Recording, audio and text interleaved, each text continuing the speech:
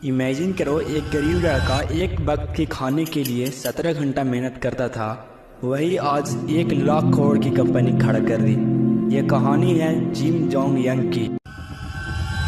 चंग जू यंग का जन्म 1915 में हुआ, कोरिया के एक छोटे से गांव में। उनका सपना था स्कूल टीचर बनने का। चंग को लकड़ियां बेचने के लिए कई बार पास के शहर जाना होता था। वहाँ उन्होंने देखा कि लोग के पास सफिशिएंट खाने हैं और उन्हें अच्छे कपड़े पहने हैं। वो भी दिन रात खेतों में काम किए।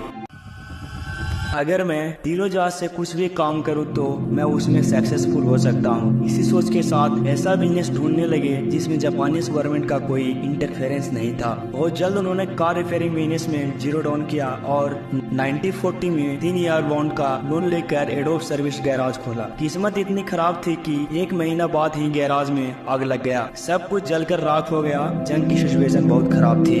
जंग ने दोबारा 3,500 बॉन्ड का लोन लिया और पहले से भी अच्छा गैराज खड़ा किया। चंग ने देखा कि कस्टमर की सबसे बड़ी प्रॉब्लम थी कि उनकी कार रिपेयरिंग होने में कई हफ्ते लग जाते थे। इसलिए उन्होंने स्पीड पर फोकस बनाया। जहां कंपटीटर को एक सर्टेन रिपेयरिंग के 20 दिन लग जाते थे, वहीं चंग का गैराज 5 दिन में कर देता था। उनका गैराज इतना सक्सेसफुल हुआ कि अगले 3 साल में यानी 1943 तक उनकी वर्क फोर्स 80 एम्प्लॉय तक ग्रो हो चुकी थी। जंग ने अपना पूरा लोन रिपे कर दिया था।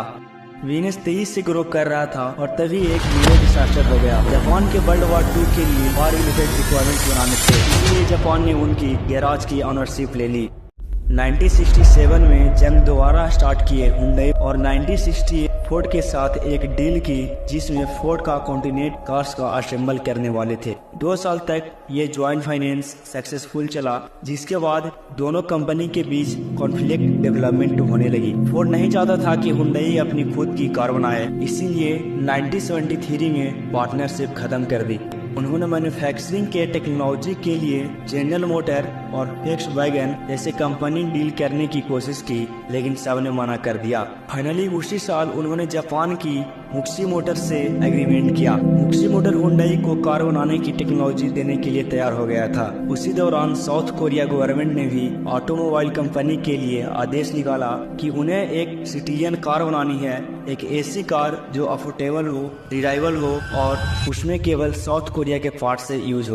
हुंडई ने बनाई South Korea first car Hyundai Pony. अपने अफोर्डेबल के लिए साउथ कोरिया में इतना सक्सेसफुल हुआ, देखते ही देखते 60% मार्केट शेयर कैप्चर कर ली थी और वहां का सबसे बड़ा कार कंपनी बन गई थी। लेकिन एक कैच था, साउथ कोरिया का टोटल कार मार्केट 30,000 का था, जो प्रॉफिटेबल होने के लिए सफिशिएंट नहीं था। Also Hyundai Pony South Korea जितनी बड़ी सक्सेस थी उतनी बड़ी फेलियर। कार की क्वालिटी अच्छी नहीं थी, कैरिंग में पेंट उड़ जाता था और इसमें रेगुलर मैकेनिकल इशू आते रहते थे। इसी वजह से हुंडई पिछले 7 साल से लॉस में चल रही थी। चंग ने फिर से कम बैक किया और 1980 में एक फैक्ट्री बनाए। 1982 कई सारे इम्प्रूवमेंट के साथ पोनी 2 कार लॉन्च की। न केवल साउथ कोरिया में सुपर हिट रही, बल्कि अफ्रीका, लैटिन अमेरिका और कनाडा जैसे कंट्री में भी सक्सेसफुली एक्सपोर्ट किया गया। अगले कुछ साल से हुंडई 4 लाख कार बेचकर प्रॉफिटेबल बन चुकी।